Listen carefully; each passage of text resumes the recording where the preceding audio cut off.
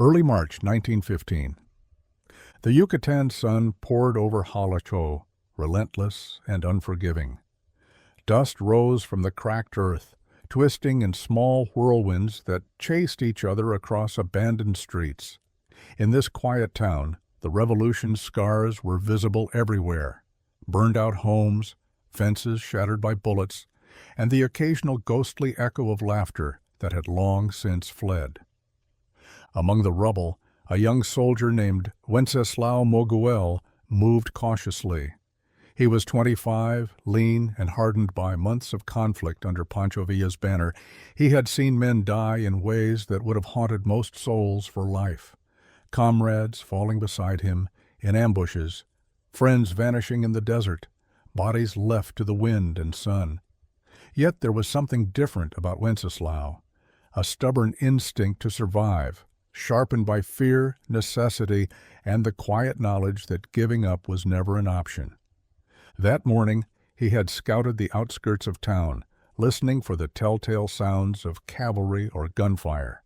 Jalisco was too small for large military movements, but the presence of federal soldiers loomed nearby, patrolling roads, questioning villagers, and spreading fear. Wenceslao ducked behind low walls, moving from shadow to shadow, careful not to leave a trace. He knew the rumors: captured soldiers rarely survived, executions were common, and sometimes mercilessly swift, a warning to anyone who dared resist. The thought of a firing squad, though, had always been abstract, almost mythical. Now, with each step deeper into town, the idea grew sharper, more real. His stomach tightened, a knot of dread that he could not untie. Inside one of the few buildings still standing, he paused. The air smelled of soot, dust, and something else, a faint tang of blood from previous skirmishes. Shadows shifted as the sun angled through broken windows, painting the floor in stripes of light and darkness. Wenceslao crouched, listening. Outside, villagers moved quietly, cautious and tense. He could sense their fear, their suspicion, their whispered stories of men who had vanished in the night. He thought of his family, of the small river near his childhood home where he had learned to swim, the quiet evenings spent watching the sun dip behind trees. Memories were both comforting and painful. They reminded him of life before war, before fear, before the constant brush with death. The day passed slowly. Wenceslao remained hidden, moving only when necessary. Each noise startled him: a bird taking flight, a cart rattling across cobblestones, a dog barking at a distant figure. Every sound could be a threat. Every shadow could hide an enemy. And yet he pressed on, knowing that stillness would not save him forever. That evening, he found refuge in an abandoned building at the edge of town. Its walls were scarred with bullet marks, the floor littered with shards of glass and splintered wood. A faint breeze carried the scent of smoke from the town's chimneys. Wenceslao settled into a corner, his back against the cool stone, trying to conserve energy, trying to think. He had survived skirmishes, ambushes, and gunfire before, but this was different. This danger was silent, creeping. He could not see it, could not fight it in the open. It was the invisible hand of authority, waiting, patient, inevitable. Captured soldiers often whispered of executions, of eyes closing in the early morning, rifles raised, the sudden shock of gunfire. Wenceslao did not dare imagine it too clearly. Night fell, and the town seemed to hold its breath. Wenceslao listened to the wind outside, the distant shuffle of feet, the occasional whisper of a villager moving past. He wrapped his arms around his knees, feeling exhaustion settle into his bones. Hunger was minor compared to the fear gnawing at him. He did not close his eyes. Sleep was dangerous. It made the body vulnerable. In the darkness, he planned. He considered his options, though they were few. Escape would be difficult. The town was small, but the surrounding countryside held dangers of its own. Soldiers could intercept him anywhere, and even the forested areas offered little shelter in the Yucatan winter.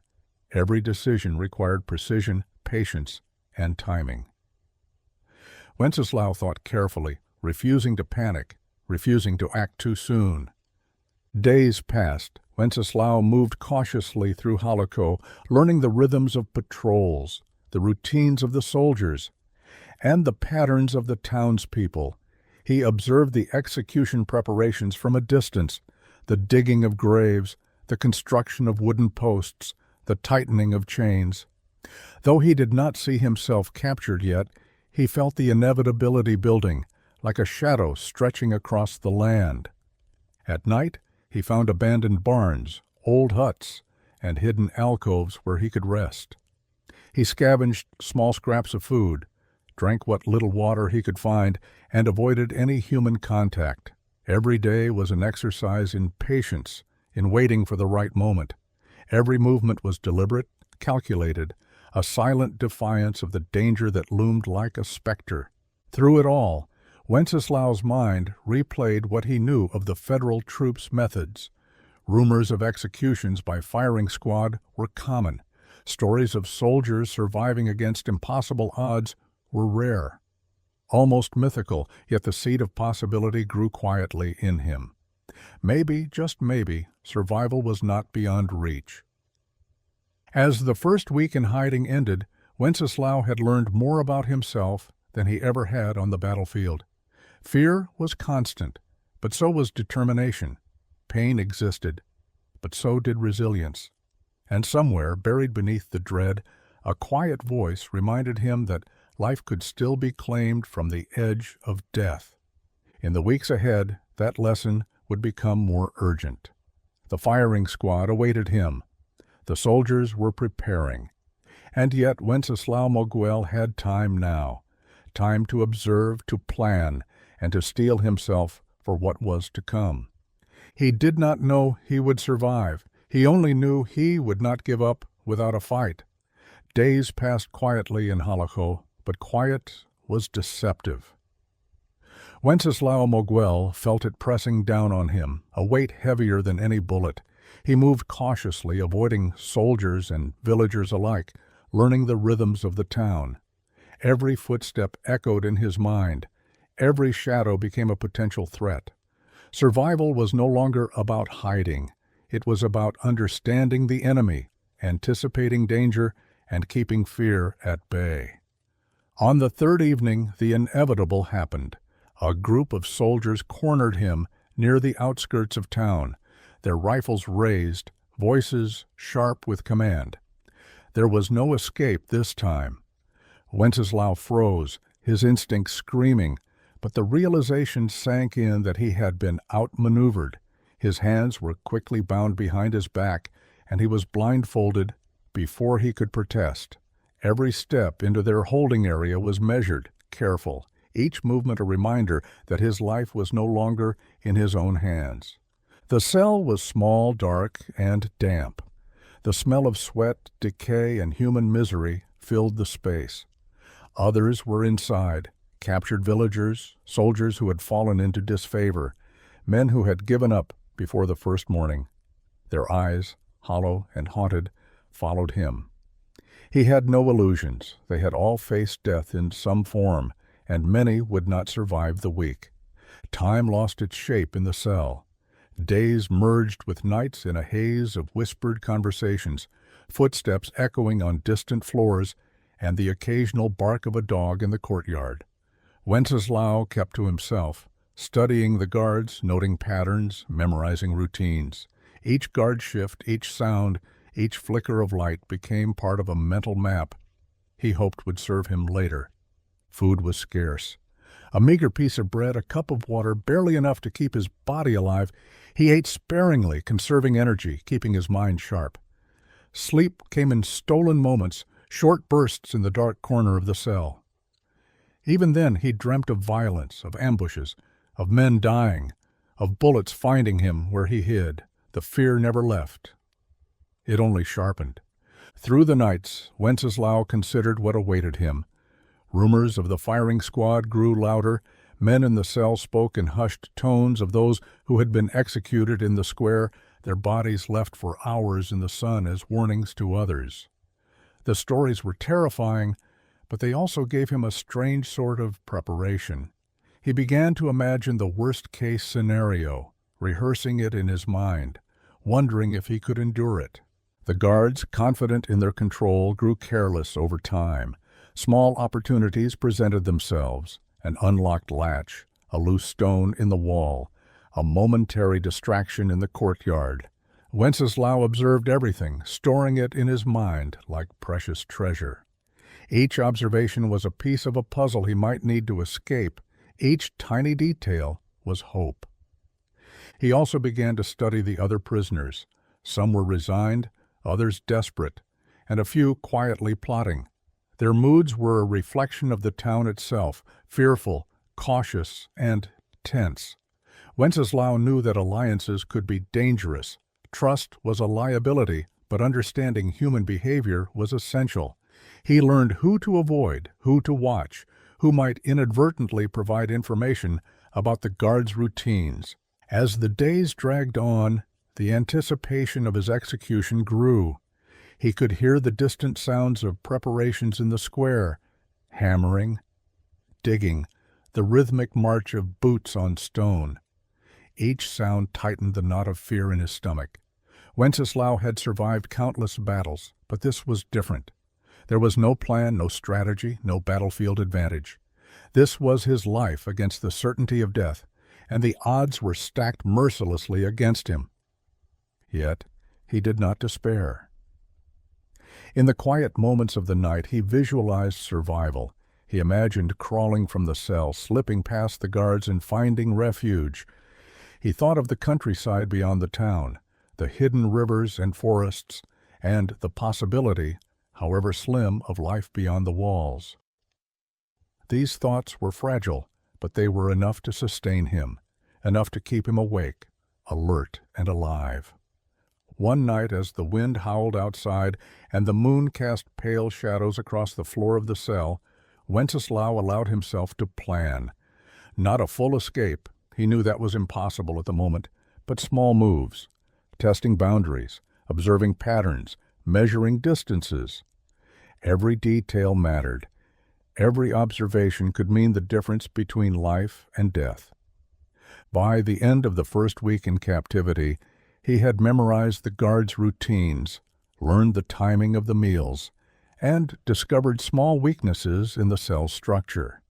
He had also learned to control fear, to focus on observation, and to maintain patience. These skills, honed under pressure, would be critical in the days to come. Wenceslao Moguel had been captured, imprisoned, and left in the hands of men who intended to end his life. But within him a quiet, stubborn determination had taken root. He would endure, he would survive, and when the moment came, he would face death itself with every ounce of cunning, courage, and resilience he possessed. March 18, 1915. The morning air was sharp, crisp, and silent in Halacho. Even the wind seemed to hold its breath. Wenceslao Moguel was led from the cell, shackled and blindfolded, his heart hammering like a drum in his chest. The rumors he had heard in the days prior were no longer distant whispers. They were real, immediate, and unavoidable. The firing squad waited, and he was their target. The town square, usually quiet at this hour, had transformed. Soldiers lined the perimeter with rifles raised, faces stoic, eyes trained on him. Wooden posts had been arranged with precision. A shallow ditch gaped open in the earth, a silent promise of death. The crowd, a smattering of villagers too afraid to stay away, watched from a distance. They had come to witness, to bear witness, to remind themselves of the consequences of rebellion. Wenceslao's blindfold was removed. The sunlight hit his eyes, forcing him to squint, but he could see everything: the soldiers, the rifles, the shadows stretching across the dirt. For a moment the world froze. Every instinct screamed at him to move, to flee, to escape. But he was bound, surrounded, trapped. The officer in charge stepped forward and read the sentence aloud: "Death by firing squad." No appeal, no mercy, no chance. Wenceslao had rehearsed this moment in his mind countless times, imagining the pain, the fear, the finality. Yet when it arrived, it was more vivid, more terrifying than anything he had conjured. The command was given: fire. Bullets tore through the morning air, striking the ground, the posts, and his body. Pain erupted like wildfire. He fell into the shallow ditch, blood soaking the dirt beneath him. He expected death to claim him instantly, but it did not. Some bullets had missed, some had grazed, and against impossible odds his life persisted. The officer approached, convinced the execution was complete. One final shot, the coup de grâce, was aimed at his head. The bullet struck him. Consciousness flickered. Darkness clawed at the edges of his mind, yet somehow he survived. The firing squad had failed. The soldiers assumed he was dead. The town assumed the same. And in the ditch, Wenceslao lay, broken, bleeding, yet alive. Hours passed. The soldiers left, their duty fulfilled. Silence descended on the square, but peace did not follow. Every breath was agony. Pain radiated from his chest, arms, and legs. Blood loss was severe. Every movement threatened collapse. Yet he could not remain in the ditch. Instinct, sheer will, and the stubbornness that had kept him alive on battlefields before compelled him to move. He crawled across the dirt, dragging his body toward the shadows of a nearby alley. Each inch was a battle. His vision blurred. His strength waned. But eventually he reached the shelter of an abandoned chapel. The door was partially ajar, and he pushed himself inside, collapsing onto the stone floor. Time lost meaning. Pain was constant, relentless, and suffocating. Every breath was a reminder that his body had been pierced, beaten, and nearly destroyed. Yet beneath the haze of agony, a spark of life persisted. He could feel it in the rhythm of his pulse, in the shallow rise and fall of his chest. Death had tried to claim him, and he had survived. Night fell, bringing with it cold that gnawed at his battered body. Wenceslao wrapped himself in tattered cloth, trying to preserve what warmth remained. Hunger pressed against his stomach, a sharp reminder that survival required more than just avoiding death. He needed food, water, and rest. By morning, he forced himself to move. Pain flared with every motion, but he could not stay still. He scavenged scraps of food left in the chapel by sympathetic villagers or overlooked by soldiers. Each bite gave him strength, each sip of water a chance to endure another day. He tended to his wounds as best he could, tearing cloth into bandages and pressing them to slow bleeding. Infection loomed, but the will to live burned brighter. The days that followed were a slow, agonizing crawl toward recovery. Wenceslao had survived the impossible, but survival was only the beginning. Every moment outside the chapel was a threat. Soldiers still patrolled, searching for signs of life. Hunger and pain were constant companions. And yet he moved, always moving, propelled by the knowledge that to stop was to surrender to death. The countryside beyond Holocaust was harsh and unforgiving. Dense underbrush, hidden pits, and treacherous terrain awaited him. But Wenceslao knew he could not remain in the town. Freedom lay beyond, though it would not come easily. Step by step, crawl by crawl, he began the long journey away from the town square, away from the memory of the ditch, away from the firing squad that had failed to kill him. Each night brought new challenges. Fever spiked. Pain intensified. Hunger gnawed at his mind. Yet in every moment he clung to a single truth. He had survived the execution. If he could survive that, he could survive anything. The human body, he realized, was fragile. Yes, but the human spirit, the will to live, was far more enduring. For Wenceslao Moguel, the days ahead would be filled with struggle, danger, and near impossible odds. But he had tasted the edge of death and returned. And in that taste, he found a clarity few men ever knew. Survival was not just possible. It was his destiny to prove. The sun rose over the Yucatan countryside, bright and indifferent to the suffering of a single man. Wenceslao Moguel, bloodied and broken, had left the town square behind. His body screamed with every movement, every step a torment. Muscles torn by bullets, skin raw and bruised, energy sapped out by blood loss. Yet he crawled forward, driven by the faintest glimmer of hope. Life still waited for him. The landscape was both a threat and a refuge. Dense foliage offered cover from patrolling soldiers, but it also concealed hidden dangers: jagged rocks, venomous snakes, and deep ravines. Wenceslao moved slowly, testing each step, using branches and stones to support his battered limbs. Pain was constant. Exhaustion weighed on him like a physical force. Yet fear of death was stronger than the agony of injury. Hunger became a relentless companion. For days, he had little more than scraps, berries, and dirty water. Each swallow burned his throat, but he forced himself to eat, knowing that without nourishment, survival was impossible.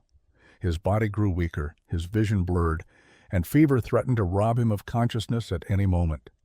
But Wenceslao refused to give in. He reminded himself that he had survived the firing squad. If he could survive that, he could survive hunger, pain, and solitude. Nightfall brought bitter cold. He shivered violently, wrapping his bloodied clothes around him and curling into whatever hollow or shelter he could find. Sleep was fitful, punctuated by pain and fever dreams. He saw flashes of the execution, the rifles, the ditch, and yet each time he awoke, he remembered one thing: he was alive. That knowledge, fragile as it was, became the foundation of his endurance. As the days passed, Wenceslao developed a rhythm: crawl during the day only when necessary, move in shadows, rest in abandoned huts behind rocks or under the sparse trees, scavenge what food he could find, filter water through cloth, and tend to his wounds as best he could.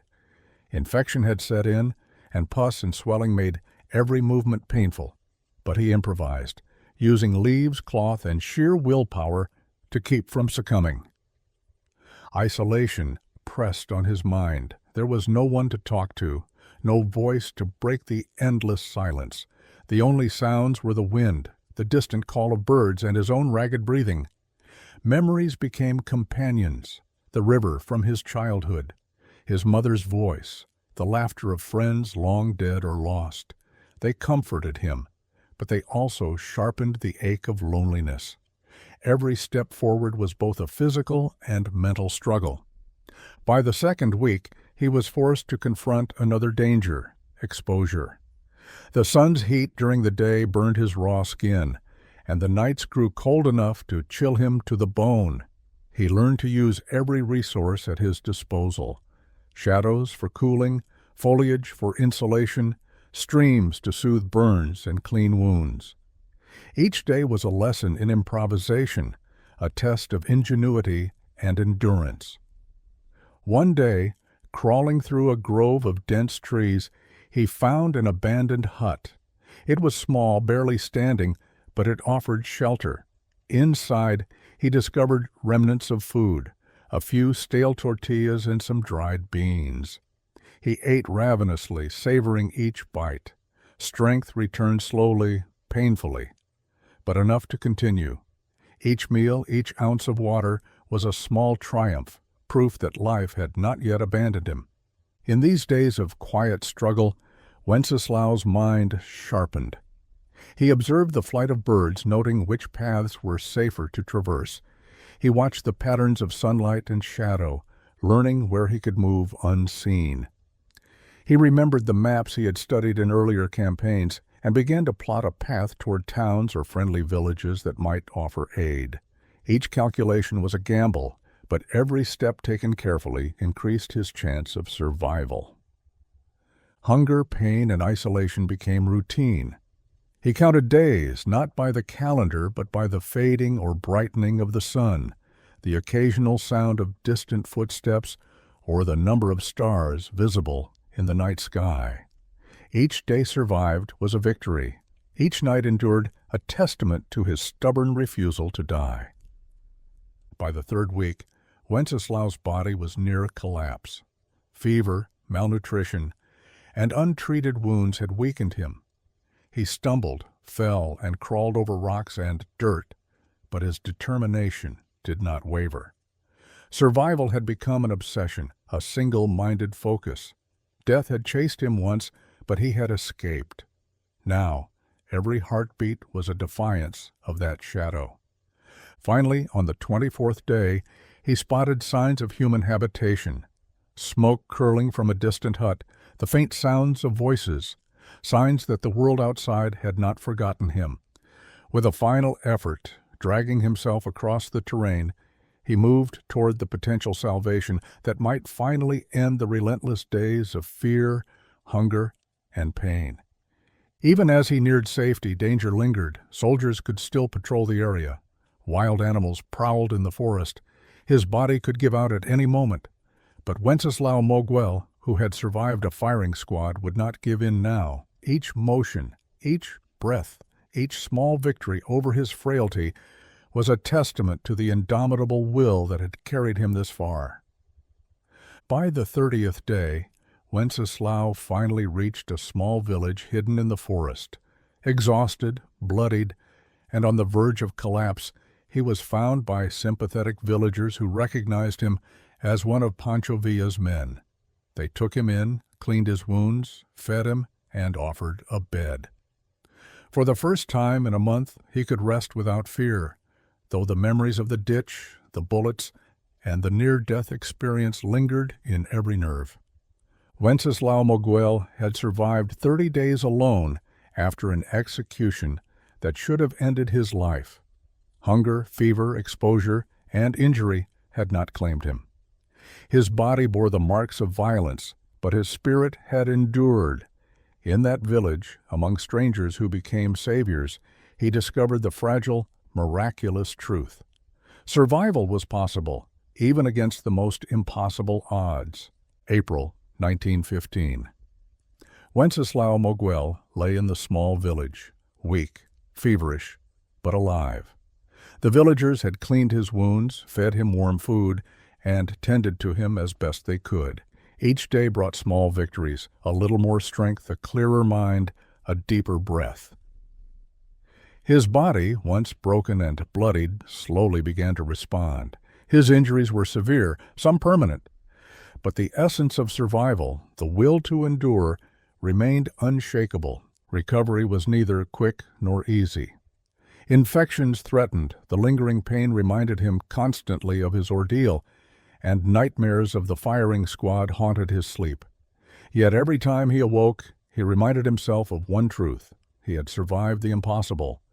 That conviction became the foundation of his recovery, the anchor that kept him tethered to life. In the village, Wenceslao became something more than a soldier. He became a symbol of resilience, of defiance against death itself. His story spread quietly at first, whispered among villagers and travelers. El Fusilado, they called him, the shot one, the man who had cheated death. Every telling added layers of legend to his survival, transforming a soldier into a near-mythical figure. News reached Pancho Villa's command. Some dismissed it as impossible, a rumor spun by fearful villagers. Others investigated, sending trusted men to verify the tale. When they found Wenceslao alive, weak and scarred, disbelief gave way to awe. He had survived where others had fallen, endured what others could not. The legend of El Fusilado began to take hold, his name whispered in both fear and admiration across battlefields and villages alike. Wenceslao's own reflections were quieter, more measured. He did not see himself as a hero. He did not boast or seek fame. Survival, he knew, was not about glory. It was about instinct, willpower, and sometimes luck. He remembered every detail of the ditch, every rifle, every moment when death had seemed certain. Those memories haunted him, yes, but they also reminded him of what he had overcome. Over time, he regained enough strength to travel again. The countryside remained dangerous, patrolled by soldiers, riddled with checkpoints and ambushes. But Wenceslao's knowledge of terrain, his patience, and his instincts allowed him to move cautiously, avoiding capture and navigating the landscape with precision. His survival had taught him more than the battlefield ever could. Eventually, Wenceslao returned to his comrades. Some had perished, others had moved on, but all treated him with a mixture of reverence and disbelief. He told them little, sparing no embellishment, allowing the story of his survival to speak for itself. They listened, horrified and amazed, realizing that what he had endured was beyond ordinary comprehension. His life after survival was a mixture of quiet vigilance and cautious normalcy. He remained aware that death was never far, that the world could turn on him in an instant. Yet he also discovered that life could be reclaimed, even after brushes with death so extreme that most would have surrendered entirely. The tale of Wenceslao Moguel became a story told across generations. El Fusilado became not just a man, but a lesson in endurance. Soldiers and villagers alike retold the story to young men and children, emphasizing the resilience of the human spirit and the fragile, miraculous nature of survival. Each telling reinforced the idea that life, no matter how hopeless it seemed, could endure through courage, resourcefulness, and sheer will. In the years that followed, Wenceslao lived quietly, avoiding unnecessary conflict, tending to his wounds, both physical and psychological. The scars remained, a permanent reminder of the day death had failed him.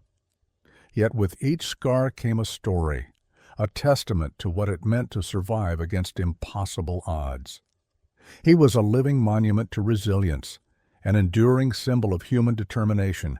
The firing squad, the ditch, the bullets, all had failed to claim him. And through that failure, Wenceslao Moguel had achieved something extraordinary, a survival so complete that it became legend. The story of El Fusilado was no longer just about one man. It became a universal tale of endurance, whispered across villages, recounted in hushed tones in distant towns, and remembered as a lesson in the fragile, stubborn beauty of life itself. Even in quiet moments, when he sat by a river or watched the sunset over the Yucatan hills, Wenceslao understood the truth he had learned through suffering. Survival was not granted. It was earned day by day, moment by moment. Each decision, each action, each breath was a victory over the certainty of death.